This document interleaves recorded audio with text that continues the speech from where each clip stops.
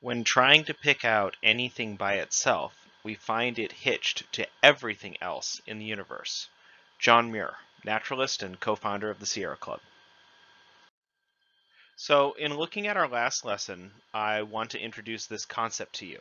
The idea is the IPAT equation. And this is something that we will work a little bit with today. But the basic idea of the IPAT equation is to take the factors that you discovered in your own individual exploration of your ecological footprint and then apply that to a larger scale. And the way that this equation works is by simply looking at a couple of factors. And the first of which is the impact. What is the total impact that you are having? Well, to calculate what that impact is in a rough approximation, you take the population, so the number of individuals, multiplied by the consumption per person. So this is what you figured out, your individual consumption. And then you multiply that then by the impact per unit of consumption. And that's what that quiz did for you. What is the total impact for what your consumption is? So you mark down what all of your consumption is, and then it calculated that based off of how those kinds of decisions affect the world. And then when you multiply all this together, you get a total impact.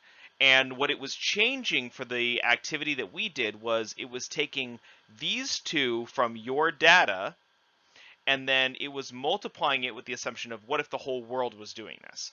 Now, the thing is, the whole world doesn't live at the same level. And when we get into human population information and things like that, we are going to talk about disparity in wealth, disparity in development level, the differences in some of the factors of what this impact is per population based on how a country behaves. For you, it's totally normal to have a single family home in the United States with running water, electricity, and two cars in the garage and all that stuff. In other countries, having a roof that's made of metal as opposed to wood or grass might be an unimaginable level of luxury. So that's the kind of thing that we're talking about here. Now, I gave you some big extremes there, and we'll dive into that a bit, but that impact is heavily determined by the consumption per person and how many people are consuming at that level. So in looking at that, we then have to look at the whole concept of, well, why do we care? Why are we conserving? What is the point? How did this come about, and where's it going? So we recognize right away from our activity in the last class that we have to consider that we may be over consuming. We have to look at that from different environmental worldviews. And so your environmental worldview is the set of assumptions and values concerning how the natural world works and how you think you should interact with this environment. And guess what, guys? You already do this. Even if you didn't have the name for it or you didn't have the idea of what it is, I was already asking you to make those value judgments. When I did that little what would you rather activity, if you want to call it that, um, what that was looking at was this whole idea of who are you looking at this from? When I asked you, would you rather keep your current lifestyle or drastically change it to improve the world? That's a self-centered question right there. Does this affect me? How do I benefit from this? Okay. Then you have the anthropocentric, where it's, okay, how does this affect people? What does it do for us? And you guys already did that a lot with your answers about how you'd rather kill a panda than kill a tree. Because a lot of you said, hey, we need trees because we need oxygen. That's anthropocentric. How does this benefit me? How does this benefit humans? Then you get to biocentric, and that's life surrounding. Would you rather eat one of an endangered species, or would you rather be responsible and eat the last of a keystone species? So that's looking at that judgment of those lives there. And then you get to ecosystem centric and we start saying, hey, no, these things are important for all of the ecosystem. And then eventually you do also touch on that biosphere or earth centered. That's where you're looking at the whole world. How is the whole world affected by this decision? What do these decisions do on a global scale? And the thing is, you won't make the same decision at the same level throughout your whole life. You change throughout your life, and people change in their value on this. I think your average person would probably be pretty on board with saying we should not intentionally poison kids every day. Your average person would be completely on board with saying, yeah, we shouldn't just, line all the kids up and inject them with something that makes them sick. But at the same time, you may not have people that are willing to say, well, we need to immediately stop using this product because it releases a chemical that eventually can make some kids sick. Or, oh, only some people will get sick from this. That's the kind of thing that's at different levels there. And we're really seeing that this year with how people are reacting to some of the mandatory things that we've had to do.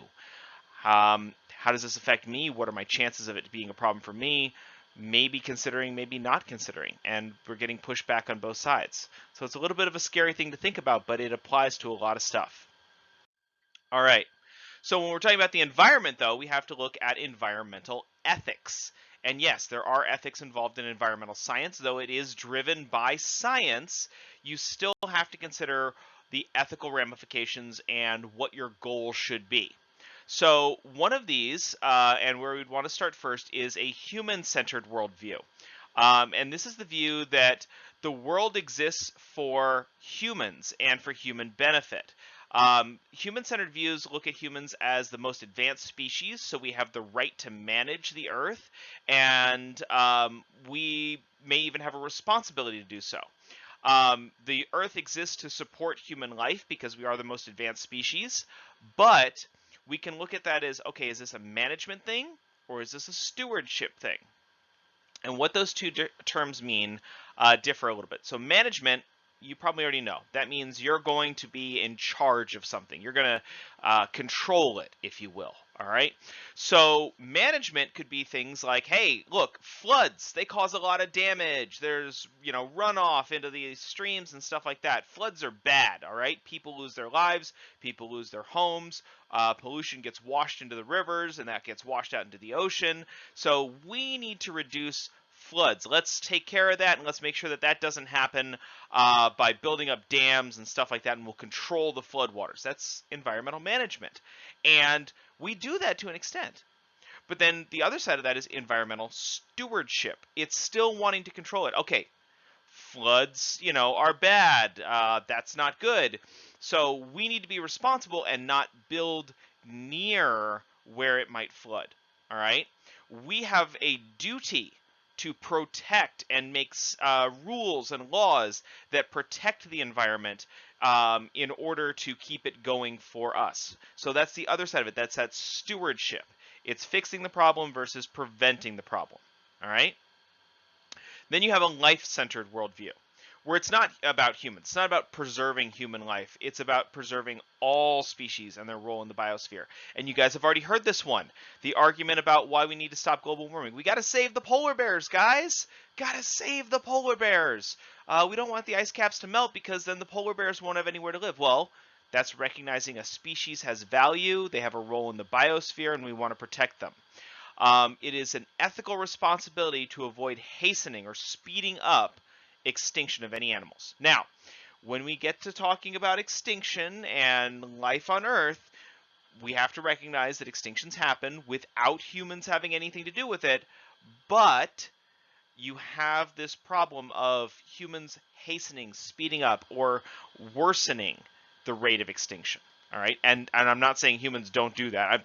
We absolutely do speed up extinction, but we should not be doing that. All right, species will go extinct naturally, but that doesn't give us, a free pass to go ahead and do it ourselves. All right, and then you have an Earth-centric worldview.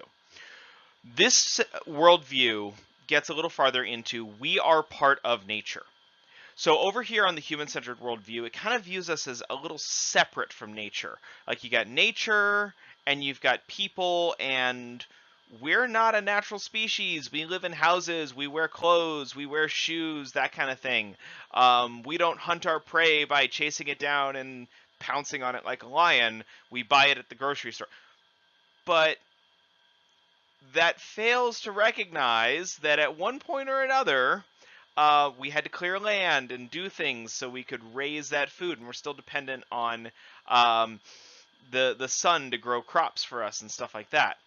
Over here, though, it says that humans are intrinsically part of nature. Now, while we may not live out in what we call nature, we are still part of nature. We breathe the same air, we drink the same water.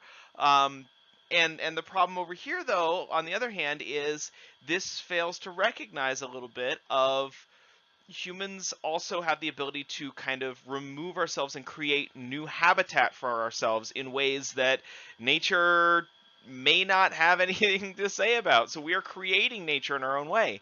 And there's a great example of this is we're growing food in space now. All right.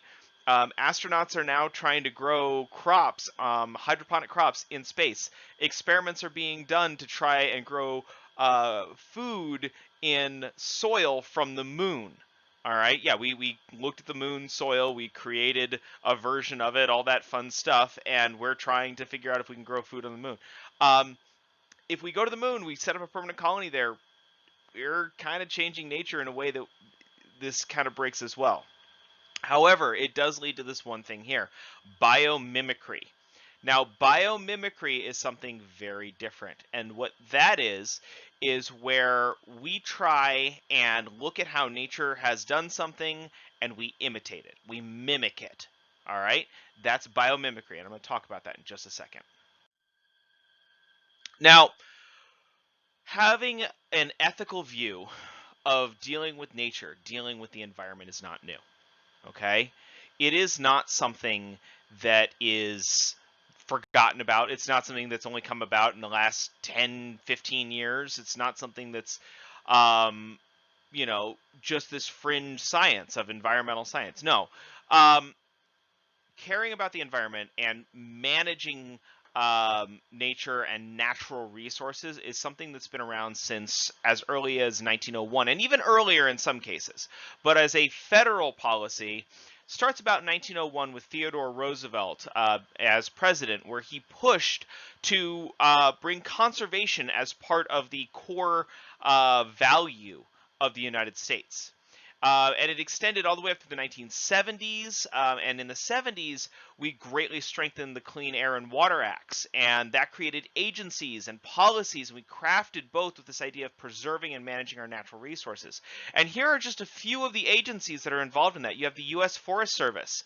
And this is one of the earliest ones. And it's very far on that side of planetary management. All right. The Forest Service exists to ensure that we have forests and we have timber resources. We have wood available to us forever. Not by cutting down all the trees and then replanting them somewhere else or growing all the trees on farms, but by managing natural forests, going in and clearing out only the trees that can be taken without causing problems, trying to reduce the damage from forest fires, those kind of things. We have the National Park Service, which aims to keep wild areas wild, prevent them from being exploited in any way. There is actually laws that say you cannot cut down trees or harvest resources or anything like that on national park land because we want that to be as close to what nature was before humans intervened. You have the Fish and Wildlife Service, which helps to manage our natural resources of wild animals. And this involves hunting and regulation of populations and things like that. So this is another resource that is a managed item. You have the Department of the Interior, which deals with the Bureau of Land Management specifically. And these guys handle how different types of grazing land can be used. We'll talk about these a lot when we start talking about land use, land management, agriculture, those kind of things. A lot of animals that we eat, like cows and stuff like that, you see the label at the store says grass-fed, free-range cows, stuff like that. A lot of that's grazed on BLM land. And then lastly, established in the 70s, you have the U.S. Environmental Protection Agency. And this is an agency that was created for the purpose of ensuring that the laws around the environment, around protecting the environment, around preventing damage to the environment, are upheld. This is a group that has the ability to make certain regulations even without needing congressional approval necessarily. But they can set regulations and say, hey, this right here, this is the cap. We don't go above this in terms of what we do. All right. So coming back around to biomimicry, this is something that we could potentially use as one of the tools in our toolbox to be more sustainable. And I want to talk about this here because this is the practice of looking at how elements of nature have achieved certain things, and then we try to copy that. We try to do the same thing that nature is doing, and I've got two examples of it here. One of them is sonar, and you guys have probably heard of sonar before. It's how bats echolocate. They make a sound and listen for the sound to bounce off of a prey item, and they eat it. Okay? Dolphins have the same ability. Whales have the same ability. They can find where fish are or where obstacles are in the ocean. We even train dolphins to do recovery. Yeah, the U.S. government has trained dolphins that are trained to find and recover objects lost in the ocean. Yeah, Navy uses them for ordnance removal. So finding lost weapons at the bottom of the ocean if a ship sinks. And then you have sonar, which is the same thing as these other two, this echolocation sonar thing, but we've built the same machines that can do similar stuff on submarines. So they avoid colliding with stuff, or they can find other submarines, those kind of things. That's a great example of biomimicry. Well, I can't see underwater. Okay, how do animals do this? Here's how. Then on the other side of that, how about this? Solar panels. These are biomimicry. Every day, somewhere in the neighborhood of 1,040 or so watts of energy strikes the surface of the Earth in each meter. So in 1 meter, 1 square meter, all right, over 1,000 watts of energy are hitting the Earth's surface every single second. And that's just from sunlight. Plants, they harvest this. Plants absorb that. They make sugars out of it. They absorb that material, or that energy, sorry, to produce fixed materials, to grow their tissues, to make sugars, which are then the basis of the whole food chain. Humans are just now starting to unlock the potential of solar energy, building solar panels on roofs to fuel factories, to run businesses. You guys are probably familiar with the company UPS, you know, the brown truck that delivers packages from Amazon. The UPS sort facility here in Arizona is run almost entirely on solar energy. They invested in that over 10 years ago, and they run almost all of that facility where they receive the shipments in on planes over at Sky Harbor. They sort them, they load them up into the distributing places and send them out across the valley. Yeah, it's run almost entirely on solar. That's biomimicry, all right? It's like a forest running entirely on the sunlight that strikes that forest. That's the idea there. And it's the key to us living more sustainably. All right, so just a few final thoughts. First off, I asked you in the previous video, are we living sustainably? I showed you guys your ecological footprint, and I said, what's wrong with everybody living like this?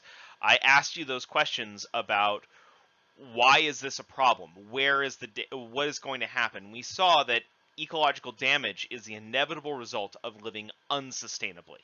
All right, and eventually these resources can run out, and they will run out. So what we have to do is first protect natural capital.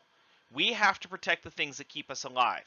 That means protecting the oceans so that they continue to produce oxygen and food for us, all right? Slowing down things like ocean acidification and ocean warming, all right? Protecting our rivers and streams and water sources so that will continue to provide water for us to drink. Protecting our forests that absorb pollution and particulate matter and those kind of things. That's protecting natural capital. Those systems that clean and recycle materials for us on Earth have to be protected. And if we don't protect them, we are going to find ourselves marinating in our own garbage and we are going to die. All right? 2, we don't want to waste nature. Nature wastes almost nothing. If a tree falls in the forest, 1, yes, it makes a sound, but 2, every part of that tree is going to be broken down and used. In one way or another, it will reincorporate into one of the cycles, and it will find its way back into nature. Now, it may not be immediately. It may take years, decades, centuries, millennia. It may even take millions of years. It may take that tree being pushed underground, confined into sediment, and crushed down by geologic forces only to come back in a different form as a type of rock, as fossil fuels, which we do use, or being absorbed into a subduction zone and go through a volcano, basically. All right? This is stuff that nature uses. The minerals, the atoms, the mass that we have on Earth has basically been the same for about 4 billion years, and nature wastes nothing. So how do we recycle like nature recycles? How do we do that the same way nature does?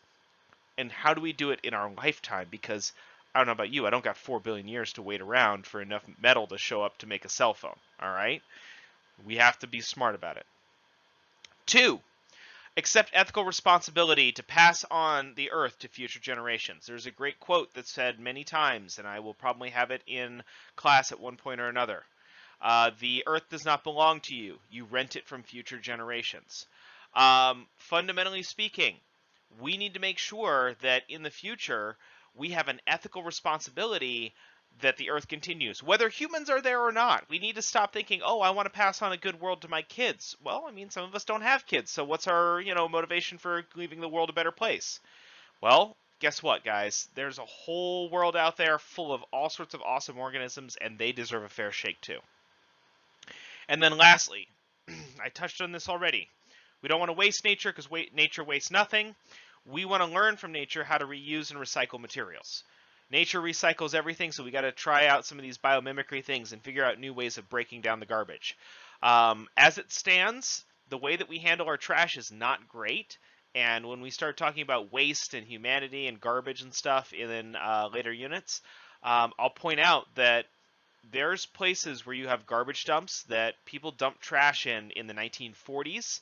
You could go there, dig up that trash, and you could find newspapers you can still read because it's confined in such a way that it's not breaking down. It's not degrading.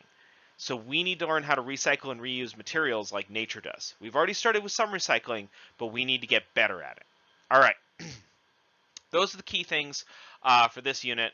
Not this unit. For this first part of the unit, okay? Those are some of the key things that I need you guys to focus on. I will have some more videos shortly, and we're going to start diving into now how do ecosystems work? What are the roles of organisms? How does nature actually go about recycling this stuff? Getting into some really cool stuff. So we're going to review some things about biology, chemistry, and geology and basic geocycle kind of stuff like that, like the hydrological cycle, those kind of things. And we're going to put that together, and we're going to be looking at that next. So that's what I have for you today. All right, I want you guys to have a great day. You take care, and I'll see you soon. Bye.